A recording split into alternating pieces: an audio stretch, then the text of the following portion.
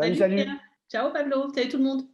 Bon, on s'est quitté dimanche dernier sur une semaine très politique. On n'imaginait pas la semaine dernière, quand on a terminé notre débrief, qu'on aborderait une semaine aussi presque historique, j'ai envie de dire, parce que ce qui se passe évidemment en Ukraine, en Europe, c'est le retour de la guerre en Europe. Donc du coup, on ne va pas avoir la prétention d'avoir une analyse de ce qui se joue en ce moment euh, minute par minute en Ukraine, évidemment, mais on va essayer de voir ensemble un peu ce que l'on peut en dire, notamment sur les conséquences sur la campagne présidentielle en France, mais aussi plus généralement sur les questions de souveraineté européenne, et puis aussi sur ce que le conflit, la guerre même, dit de nos institutions, l'OTAN, l'ONU, et nos regards aussi. Est-ce qu'ils ne sont pas trop tronqués sur des regards historiques tels que la guerre froide? On fait beaucoup référence à la guerre froide en ce moment. Donc, on va parler de tout ça, puis on me dira un mot sur les parrainages très rapidement à la toute fin.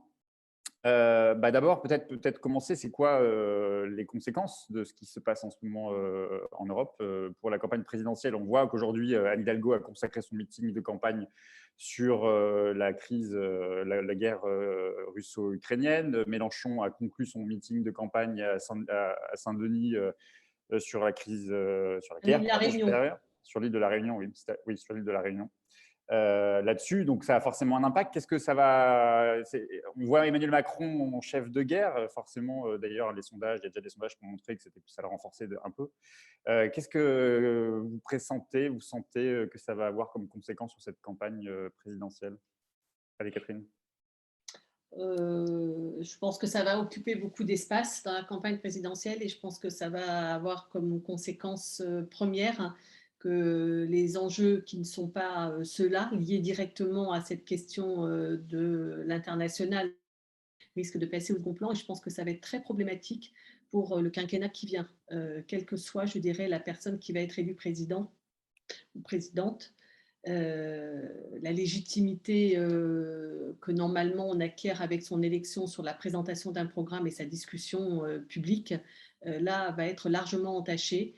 Et je pense que ça va avoir beaucoup de… Ça peut avoir sur les 5 ans qui viennent beaucoup de conséquences. Ça, c'est la première chose. Et la deuxième chose, c'est que, par contre, je pense que des questions centrales comme celle, en effet, des questions de souveraineté, peuvent revenir dans le débat public et que ça, il y a de vraies oppositions dans les représentations, je dirais, de la place, la place de la France, de la manière d'envisager le monde d'aujourd'hui, qui vont pouvoir venir en discussion et on voit que c'est très important. Dernier tout petit point, c'est que je crains que ça alimente tous ceux qui demandent l'augmentation des budgets militaires et patati patata. C'est-à-dire que ça, je crois que ça va être aussi un caillou dans notre chaussure sur les priorités à définir pour les 10 ans qui viennent au moins.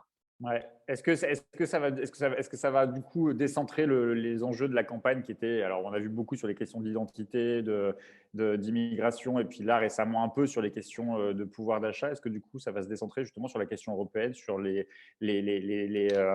compétences peut-être même de l'Union européenne? On voit à peu près toute la classe politique, en dehors peut-être de la gauche de gauche, nous raconte qu'il faut renforcer l'armée américaine. Il faut créer presque une armée européenne, je veux dire.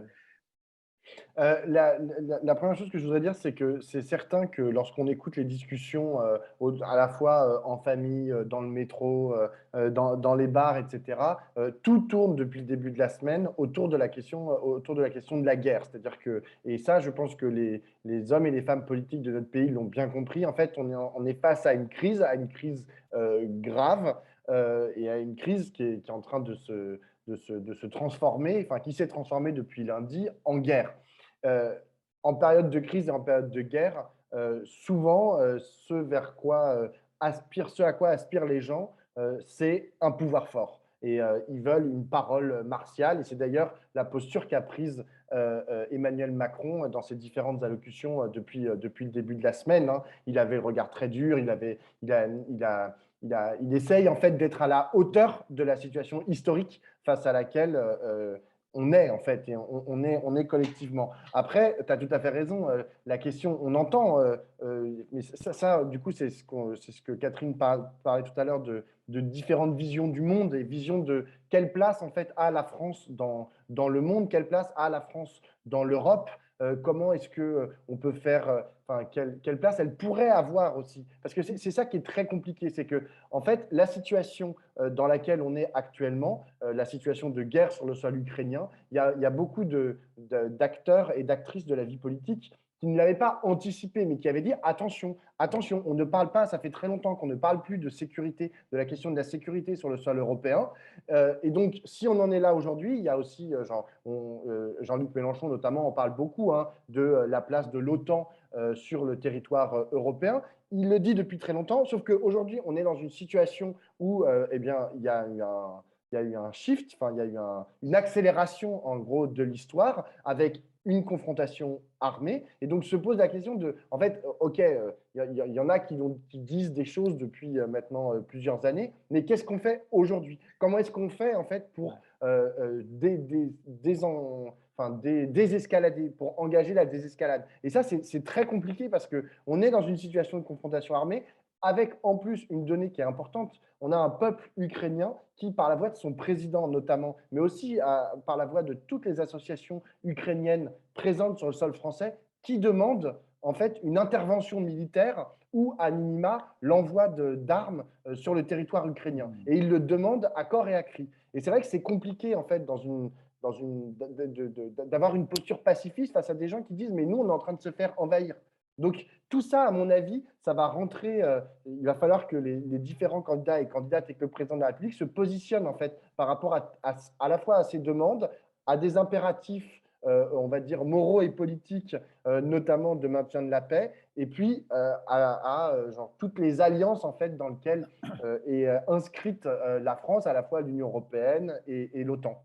On atteint là les limites de ce que j'évoquais tout à l'heure, c'est-à-dire un peu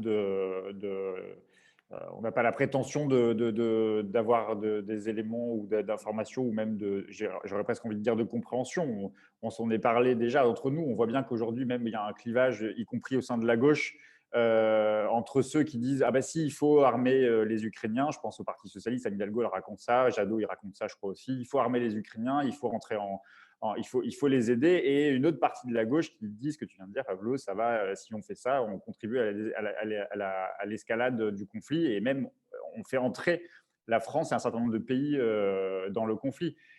Et en fait, en disant ça aussi, il faut assumer jusqu'au bout, si on dit qu'on ne va pas aider matériellement, militairement les Ukrainiens, il faut assumer l'idée qu'on laisse les Ukrainiens seuls face à l'invasion qui arrive minute par minute. Kiev pourrait tomber ce soir, ou pourrait déjà être tombé d'ailleurs. Parce que, pardon, oui, on enregistre samedi et on diffuse aujourd'hui exceptionnellement ce dimanche. Donc peut-être qu'entre le moment où on enregistre et le moment où ce sera diffusé, ce débrief sera diffusé, il se sera passé des choses. Mais c'est vrai que dans les discours, il y a quelque chose dans les discours pacifistes, et évidemment, je me situe de ce côté-là, il y a quand même aussi le sentiment d'un abandon, et c'est ce que dit ce matin le président ukrainien à Joe Biden. « J'ai pas besoin d'un taxi », il lui dit. J'ai besoin que vous m'aidiez militairement et que vous veniez nous aider à maintenir Kiev debout. Oui, moi je pense que ça, c'est pas possible comme alternative, hein. Vous entrez en guerre ou rien. C'est-à-dire que si vous n'êtes pas avec nous dans la guerre, c'est que vous ne faites rien. Ça, je ne suis absolument pas d'accord avec cette présentation des choses. Je pense qu'il faut absolument qu'il y ait une politique internationale de mise au ban de la Russie et de sanctions extrêmement dures et qui ne correspondent pas à ce qui a été fait en 2008 et en 2014 avec l'annexion de la Crimée et de Donbass. Je pense que vraiment, c'est tout à fait autre chose qu'il faut envisager et qu'évidemment, à court terme, ça ne va pas faire fléchir Poutine et son État et ses forces armées, mais je ne vois pas comment on peut imaginer qu'il se fasse, que autre chose soit enclenché qu'un régime de sanctions fort et des transactions bancaires, interbancaires avec le fait que la Russie soit écartée du système SWIFT. Alors, on a tout découvert ce truc-là parce qu'on n'est pas des banquiers, mais bon, en tout cas, je me suis fait un peu expliquer l'affaire. Hein. J'ai l'impression que c'est quand même une affaire très, très sérieuse et qui serait vraiment très pénalisante pour la Russie. Et que, voilà, c'est certain aussi qu'il faut que ça soit d'un haut niveau. Bon, Trump vient d'intervenir en disant c'est bien joué camarade Poutine parce qu'en fait, tu n'en as rien à faire des sanctions vu que tu viens de faire main basse sur un territoire, une population et ses richesses. Et que donc il faut évidemment que les sanctions économiques et diplomatiques et internationales soient les plus élevées possibles. Mais on ne peut pas penser qu'on va rentrer en guerre. D'abord, ce que je voudrais dire, c'est que messieurs tirez les premiers. Hein, vous voyez ce que je veux dire, c'est que c'est bien sympathique de considérer qu'il faut qu'on aille faire la guerre, surtout quand on n'est pas soi-même impliqué dans l'affaire. Enfin, je veux dire, quand on n'est pas supposé aller sur le front. Ça, c'est la première chose. Et puis la deuxième, c'est que de toute façon, le deuxième point, c'est que le bilan de nos interventions occidentales dans le monde, on ne peut pas dire que ce soit un bilan extrêmement positif, qui ait résolu beaucoup de problèmes, et que donc il faut peut-être quand même commencer à regarder ça avec un petit peu de distance. Et enfin, le troisième élément, c'est qu'évidemment, on sait bien qu'on est devant une situation très, très, très dangereuse et qu'on ne peut pas jouer le drame absolu, quoi. Voilà. Ouais. Donc, il y a trois raisons, à mon avis, qui font qu'on doit écarter cette proposition qui est, à mon avis, un petit peu… je pense que même les gens qui le disent n'y croient pas vraiment, quoi. Je veux dire, on n'imagine pas qu'on va envoyer l'armée française en Ukraine. Ça, franchement, je pense que c'est une blague. Mais Ouais, par contre, la question de l'ampleur des réactions internationales, ça, je pense que c'est une vraie question. Bon, alors, sur la question de l'ampleur, les interviews qu'on a menées cette semaine, en gros, on nous a dit que les Russes étaient préparés, hein, parce que ça fait plusieurs années qu'ils se préparent. Donc, tu parlais du système SWIFT bancaire qui est contrôlé par les Occidentaux et qu'on pourrait couper en Russie. Déjà qui handicaperait aussi, hein, du coup, notamment, pas mal de pays qui ne pourraient plus acheter des matières premières en Russie, notamment l'Allemagne ne pourrait plus acheter du charbon en Russie. Et eux, ils ont mis un système parallèle qui s'appelle le système MIR pour la Russie. Donc, et les avoirs qui sont gelés… C'est ça le système? Oui, ils ont mis un C'est une système ironie, hein, c'est incroyable. Oui, je déteste toujours, ça, quoi. L'ironie, non, mais MIR, ça veut dire paix en russe, quoi. Ouais. Hein, donc c'est insupportable. La deuxième chose que je voulais dire, c'est par rapport à il va y avoir un problème, c'est que dans cette campagne, il est à peu près certain que les candidats et les candidates à la présidentielle, on va les confronter en fait à des associations ukrainiennes qui vont demander précisément est-ce que vous, si vous êtes président de la République ou présidente de la République, est-ce que vous allez nous aider militairement? Et là, le problème, c'est que vous allez avoir des candidats et des candidates qui vont dire non, en fait, je ne veux pas vous aider militairement parce que je pense qu'il y a d'autres façons, notamment des sanctions économiques que l'on donne à la Russie depuis maintenant des dizaines d'années. Hein. Enfin, ça fait longtemps. Et donc là, vous allez avoir en face des gens qui vont avoir perdu, ça va être du registre de l'émotion, hein, des gens qui vont avoir perdu des membres de leur famille dont le pays est envahi par une autre puissance étrangère, qui vont regarder le candidat à droite dans les yeux et qui vont dire « Ok, merci, j'ai bien compris ». Ça va être dur. Hein. Justement, Catherine, ce que dit Pablo, là, c'est aussi l'objet d'un certain nombre de critiques dont fait l'objet Mélenchon. C'est est-ce que dans le contexte, il y a des revirements de situation, des revirements de position. Alors Jean-Luc Mélenchon est accablé de critiques, que ce soit du côté des médias, mais aussi de ses sympathies, d'une partie de la gauche. Anne Hidalgo passe son temps à dégommer Mélenchon et à le mettre dans le même panier que Zemmour et Marine Le Pen. Jadot fait pareil. Il y a même un communiqué de sa porte-parole pour dire combien la position de Mélenchon était scandaleuse depuis longtemps et qu'elle est aussi pour partie responsable de la situation dans laquelle on est. Enfin, c'est lunaire, les critiques. Mais globalement, sur les uns et les autres, parce qu'on a vu aussi des positions évoluer. Alors, Jean-Luc Mélenchon s'est expliqué, même s'il y a des vidéos qui sont assez malhonnêtes qui circulent. Mais quand vous prenez par exemple Marine Le Pen qui explique qu'elle veut accueillir les migrants parce que ce seraient des bons migrants ukrainiens, on a le sentiment que cette crise, tu disais Catherine tout à l'heure sur la question comment les uns et les autres se positionnent vis-à-vis de l'Europe, on a le sentiment que cette crise aussi permet aux uns et aux autres de revoir les positions vis-à-vis de l'OTAN, vis-à-vis justement de ce que doit être l'Europe, vis-à-vis de l'accueil des migrants ou des réfugiés. Qu'est-ce que tu en penses? Ouais, moyen, en fait. C'est-à-dire que je pense que Marine Le Pen, c'est une blagounette qu'elle nous fait avec l'accueil des Ukrainiens. Je pense que c'est pour se prémunir de toute attaque pendant qu'il y a un moment d'émotion assez vif. Hein. Mais pour ce qui concerne… Zemmour ne s'est pas exprimé là-dessus d'ailleurs. Hein. Comment? Zemmour ne s'est pas exprimé justement sur l'accueil des réfugiés ukrainiens. Mais sur Mélenchon, parce que quand oui, même, c'est vraiment l'objet de moi, ce que je pense, et politique. Oui, pour ce qui concerne Jadot et Hidalgo, donc j'ai dit tout à l'heure ce que je pensais voilà, ça me paraît être juste… les causeurs ne sont pas les payeurs, là en l'occurrence. Et ensuite, ce que je pense, c'est que, enfin, c'est très raccourci ce que je dis là, et la deuxième chose, c'est que je pense qu'ils veulent mettre un taquet pour empêcher Mélenchon de continuer éventuellement à progresser, etc. C'est-à-dire que je pense que personne ne croit réellement que Mélenchon, il est pro-Poutine ou pro je sais pas quoi. Enfin, ça, je pense que c'est totalement absurde, et je pense que l'enflure des mots qui sont adressés à Mélenchon par Jadot et Hidalgo montre que ce n'est pas vrai. Ils n'y croient pas. C'est juste du tact. Pour moi, c'est que de la tactique politique pour essayer de le bloquer et faire en sorte que Mélenchon absorbe pas leur maigre… Surtout que entre nous, puisqu'on est contre nous, je n'ai de cesse d'écouter les discours d'Anne Hidalgo, qu'on le voit à peu près partout sur le sujet en ce moment. C'est inaudible. On ne comprend rien. Rien à ce qu'elle propose, de ce qu'elle raconte. Ferme les parenthèses. Et à la limite, on pourrait imaginer… Ça, c'est la première chose. Vas-y, Pablo, vas-y. Non, mais et à la limite, on pourrait imaginer que à gauche, il y ait des positions, par exemple, plus atlantistes, c'est-à-dire des candidats ou des endroits politiques de la gauche, tu vois, qui disent oh ben, nous, on est pour que on renforce notre présence dans le commandement intégré de l'OTAN, etc. Moi, je pense que, et du coup, critiquer la position de Jean-Luc Mélenchon à cette aune-là, parce que c'est vrai que Mélenchon, pour le coup, il est très distant vis-à-vis de ce que c'est vis-à-vis de l'OTAN, et il rend l'OTAN en partie responsable de la situation actuelle en Ukraine. Mais c'est la seule chose. Enfin, je veux dire, là, il peut y avoir, à mon avis, une querelle intellectuelle et théorique et historique sur le sujet. Mais c'est vrai que l'accuser d'être pro-Poutine, c'est absolument ridicule. Et surtout, le mettre dans le même sac que l'extrême droite sur le sujet, ça n'a absolument aucun sens. Oui, par ailleurs, tu parlais est-ce que ça fait bouger les uns et les autres. C'est sûr que Mélenchon avait… je dis très franchement comme moi, je ne pensais vraiment pas que… Comment ? Tu as été coupé, j'ai dit on a eu une interférence russe, je crois. Ah, d'accord. Je dis que donc Mélenchon pensait, et je faisais partie des gens qui pensaient avec lui qu'il n'y aurait pas cette guerre, qui pensaient que la Russie n'irait pas faire cette guerre en Ukraine.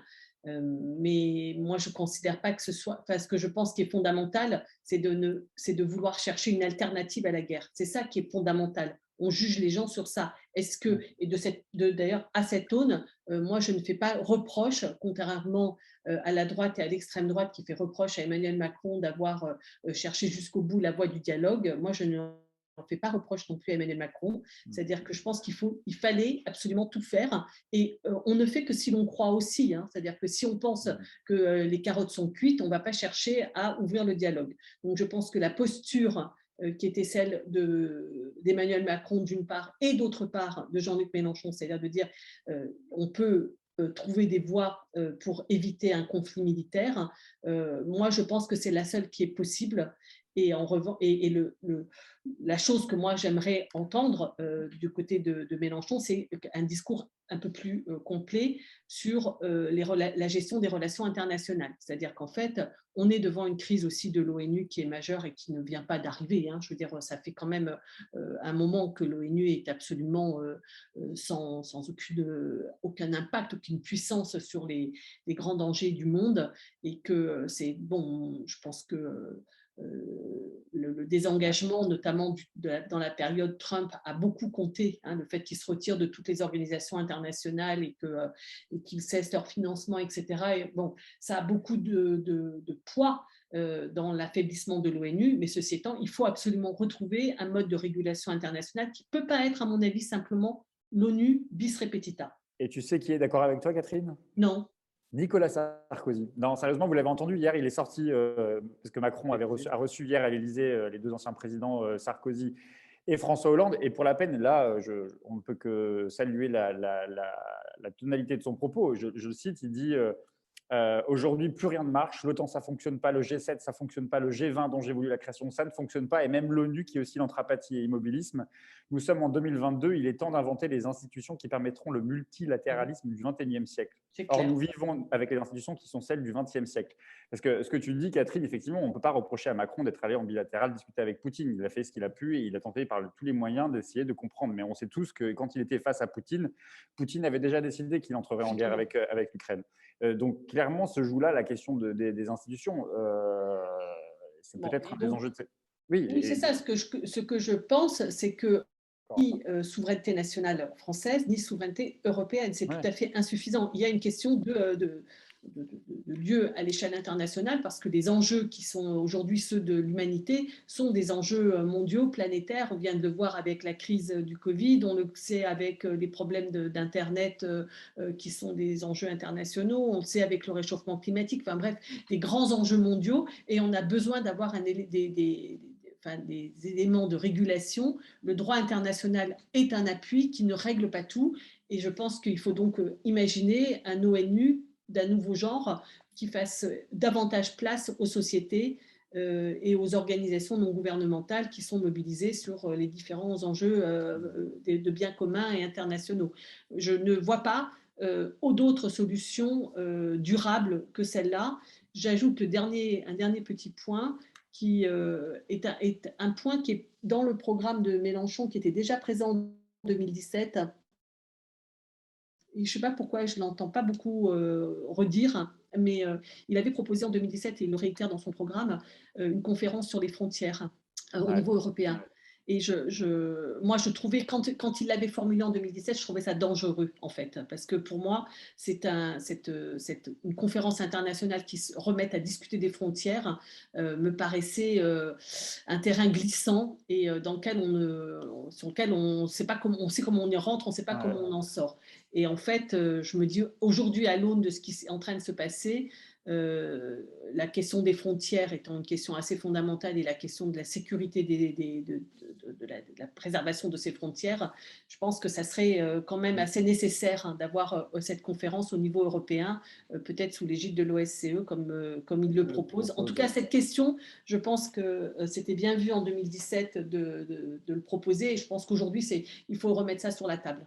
Ironie de l'histoire, je vais te laisser la parole après Pablo, mais ironie de l'histoire, je ne sais pas si vous avez vu aussi au sommet de l'ONU, enfin la réunion de l'ONU et au moment du vote de la résolution sur l'agression de l'Ukraine par la Russie, devinez qui présidait la séance? La France? La Russie. Non.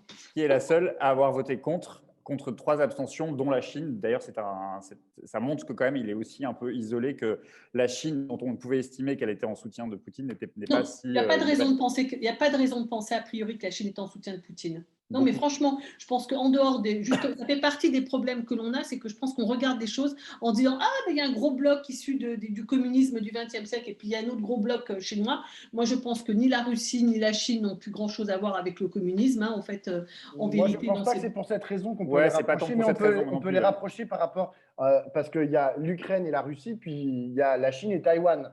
On sait qu'il s'est aussi passé des choses en début de semaine à Taïwan, parce que la Chine revendique donc le territoire de Taïwan comme étant un territoire chinois. Moi, je pense que c'est là qu'on peut faire des parallèles entre ces deux pays. Un mot sur les conséquences dont a parlé Emmanuel Macron, parce que lors de son passage au Salon de l'Agriculture, il a clairement dit que la guerre serait durable et que les conséquences de cette guerre, même si elle devait s'arrêter prochainement, seraient durables sur l'agriculture, sur l'économie d'une manière générale.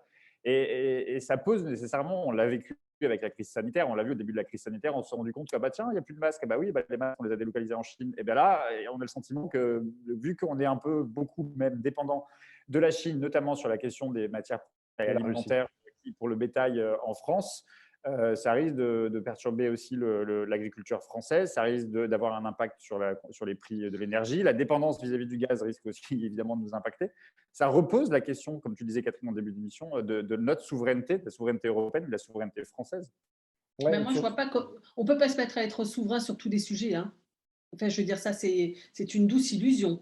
On ne sera pas souverain sur les médicaments, sur les masques, sur l'alimentation du bétail, sur Internet, sur le gaz, etc., etc. On ne sera pas souverain sur tout. Donc moi, ce que je pense, c'est qu'il faudrait quand même qu'il y ait peut-être une discussion d'une certaine manière, comme il y a des réserves militaires qui sont stockées, on ne sait même pas ce qu'il y a dedans. Normalement, il devait y avoir des masques, on a découvert qu'il n'y avait pas de masques.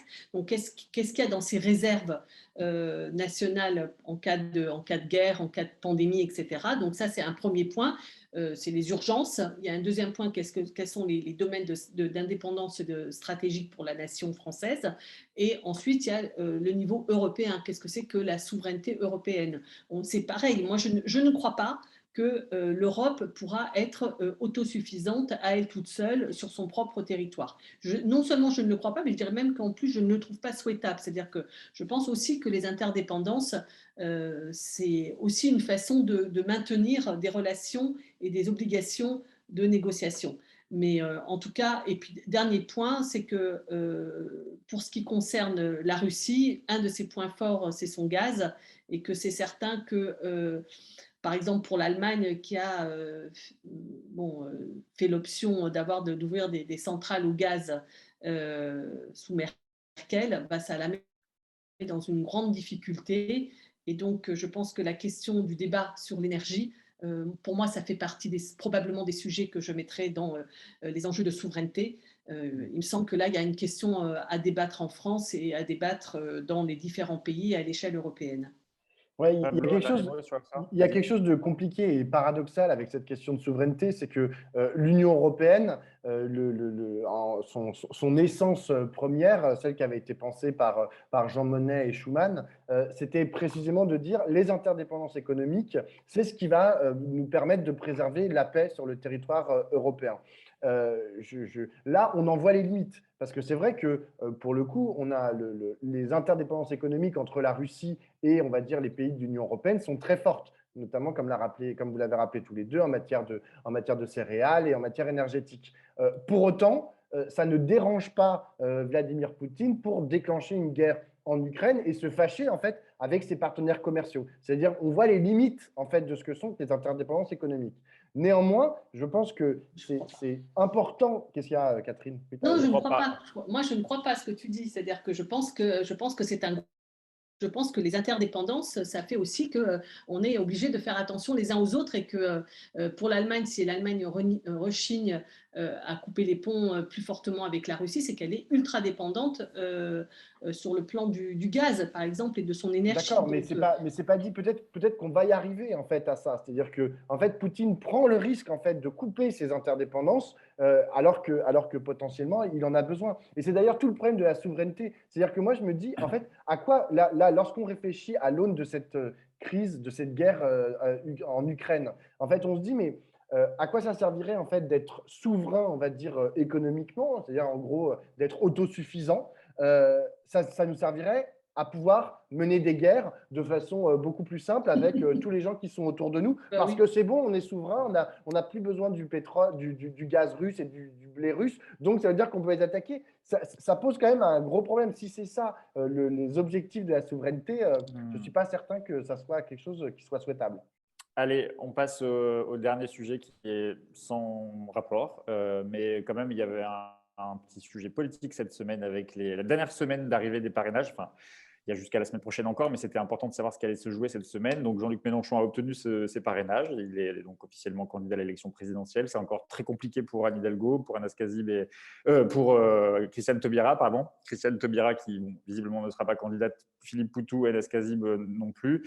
On a regardé tous les trois d'où venaient tous ces parrainages pour Jean-Luc Mélenchon. On peut en dire un mot? Oui. Vas-y, Catherine. Ce qu'on peut dire, ce qu'on s'est dit, ce qu'on a constaté ensemble, c'est qu'il y a assez peu d'élus communistes qui ont apporté leur soutien à Jean-Luc Mélenchon. Ça faisait partie de la pression que le PC a exercée sur Jean-Luc Mélenchon en disant… Ils sont une petite dizaine sur les 540. Oui, deux députés, donc Fabien Jumel et Stéphane Peu, donc le député de Dieppe et le député de Saint-Denis, qui ont apporté leur signature à Jean-Luc Mélenchon, ce qui n'est pas, comme on le sait, un soutien, puisque Stéphane Peu, par ailleurs, a dit qu'il soutenait Fabien Roussel, mais il y a très peu de maires. Et moi, je ne crois pas que ça soit simplement le fruit de la pression de l'appareil du PC. Voilà, c'est juste ça que je pense, c'est que je redis ce que j'ai dit la semaine dernière, c'est que je crois qu'il faut retrouver les liens du dialogue et de la confiance entre ces deux formations de la gauche d'alternative. C'est-à-dire que si les maires communistes n'ont pas apporté leur signature à Jean-Luc Mélenchon alors qu'ils savaient que le PC n'en avait pas besoin et que par contre Jean-Luc Mélenchon était à la peine, c'est que les relations sont très dégradées partout sur le territoire et qu'il va falloir retricoter du lien et de la confiance entre tous. Voilà, c'est ça que je crois. Et deuxième point important qu'on a vu en regardant les parrainages de Jean-Luc Mélenchon, c'est qu'il n'a aucun parrainage qui vient du département des Bouches-du-Rhône, département duquel il est le député. Donc, on peut se poser des questions en fait sur le rapport de Jean-Luc Mélenchon précisément avec les élus de ce territoire qui est le sien, rapports qui n'ont pas l'air très, très fort, quoi. Enfin, liens qui n'ont pas l'air très forts puisqu'il n'a obtenu aucun parrainage venant de ce territoire. Je pense que sa position au moment des élections municipales pèse lourd hein, dans Exactement, la désaffection, évidemment, la désaffection entre Jean-Luc Mélenchon et les élus des Bouches-du-Rhône. Ça me paraît être une évidence. Ce que je voulais dire aussi, c'est qu'il y a cette histoire des 380 signatures que le MoDem aurait mis sous le coude. Donc, d'une certaine manière, il va y avoir, je pense que les deux candidats d'extrême droite vont pouvoir en bénéficier. Je n'imagine pas que Marine Le Pen et Éric Zemmour ne soient pas candidats. Et puis après, je ne sais pas ce que ça va donner, mais enfin, je trouve ça. Là, je ne crois pas qu'on pourra continuer avec ce système de parrainage totalement. Non, ça, je pense que tout le monde en convient aujourd'hui. Oui, alors, et je dois, si je peux être juste un tout petit peu méchante, entre l'inversion du calendrier porté par Jospin et la publicité des noms portée par Hollande, je pense que là, quand même, les socialistes, ils ont quand même bien aggravé la situation. Alors, surtout que c'est les socialistes qui ont proposé une proposition de loi visant à changer la modalité de l'anonymat, sans faire l'anonymat des parrainages, mais ils proposent un collège de 200 élus qui parraineraient les candidats à l'élection présidentielle mêlés à un panel de 150 000 citoyens. Alors, si je puis me permettre, en fait, je suis allé regarder ce qui existait avant la loi, avant la publicité des parrainages. En fait, avant, il fallait avoir donc 500 parrainages. Donc, le Conseil constitutionnel, il avait ces 500 parrainages ou plus. Et en fait, il en rendait public 500. C'est-à-dire que, en vrai, lorsqu'on donnait son parrainage avant 2017, c'était quand même public. Enfin, il y avait quand même de fortes chances que ce soit public. Par exemple, si vous regardez les parrainages de Jean-Luc Mélenchon en 2012, ben, il y en a 500 qui sont publics sur le site du Conseil constitutionnel. Donc, ce n'était pas tout à fait déjà anonyme. Hein, il fallait aller en mairie. 500 parmi le total des... Exactement, mais c'est 500 sur 540, hein, souvent. Allez, on va finir le dimanche en coup de cœur. Catherine, tu as un coup de cœur pour nous? Oui, moi j'ai un coup de cœur. C'est Regard, le numéro d'il y a exactement un an, Les vertiges de la puissance. L'éditorial qu'avait fait pour ce dossier Roger Martelly est d'une actualité incroyable. Je viens de le relire. On va le remettre en ligne, oui. Voilà, on peut le remettre en ligne. Vous pourrez le regarder sur regard.fr. Et puis, il y avait aussi des articles fort intéressants dans ce dossier et dont un grand papier qu'avait rédigé Jean-Luc Mélenchon pour ce dossier sur sa conception de la puissance. Et je pense que ça vaut la peine également de le lire avec d'autres. Enfin, en tout cas, voilà, on peut remettre ce papier. Je voudrais juste dire un tout petit mot, c'est que le son a été encore une fois désagréable et haché cette fois-ci, nos connexions. On fait ça le week-end avec les connexions qui sont les nôtres. Et donc, oui, ben, là, je ne sais pas pourquoi, Pablo, c'était pas bon alors que tu étais d'habitude au même endroit que les autres fois et c'est très haché. Enfin bon, voilà, il faut avoir de l'indulgence. La condition pour que nous puissions faire le débrief le week-end, ben, c'est qu'on le fait de chez nous parce que sans ça, on a aussi besoin de faire un break le week-end comme vous. Allez, Pablo, à toi, ton coup de cœur. Ouais, moi, j'ai regardé un film hier, c'était un film de 2018 qui s'appelle Donbass.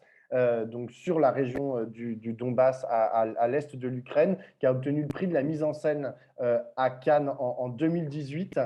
C'est assez extraordinaire. En fait, ça raconte, donc c'était il y a 4 ans maintenant, plus de 4 ans, parce que ça a été tourné il y a 5 ans. Ça raconte ce qui se passe dans la région du Donbass. C'est une fiction. Et on voit que, en vérité, ce qu'on imaginait être la paix à l'époque était déjà une guerre. C'est-à-dire que le Donbass est en guerre, en gros, depuis 2014, voire même avant ça. Le film est absolument extraordinaire parce qu'il arrive quand même, malgré la guerre qu'il raconte et la misère et l'horreur de ce qu'il raconte, il arrive quand même à être drôle et truculent et vraiment, donc je répète, Tu un l'as film. loué? Donc, bah, ouais, c'est en VOD sur beaucoup de plateformes. Un film de Sergei Loznitsa, qui d'ailleurs a appelé à la paix. Il est ukrainien et il a appelé à la paix là récemment. Hier, j'ai vu un appel de lui sur Instagram. Et moi, moi j'ai mon coup de cœur, c'est ce livre que je viens de terminer. C'est un roman, ça s'appelle, j'ai oublié, il est écrit Les loups s'en viennent la nuit tombée, pardon. C'est aux éditions Léo Schir. C'est une petite histoire, ça se passe dans le sud de la France, avec des rumeurs qui circulent dans le sud de la France sur des loups qui rôderaient autour du village. Personne ne les a vus, ces loups, et pourtant le gouvernement va instaurer à ce moment-là ce que l'on connaît, le couvre-feu et la limite dans les déplacements. Et c'est un livre sur la peur de l'autre, et puis une réflexion sur l'état d'urgence permanent que l'on a connu au cours de cette crise sanitaire, mais aussi, je disais, lié à la pandémie, mais aussi lié au terrorisme. Donc c'est un super livre. Quentin Girard, qui est un journaliste que vous lisez peut-être dans Libération, qui est aussi journaliste dans Libération. Et c'est vraiment bien. Les loups s'en viennent la nuit tombée. Salut! Salut! Ciao, ciao!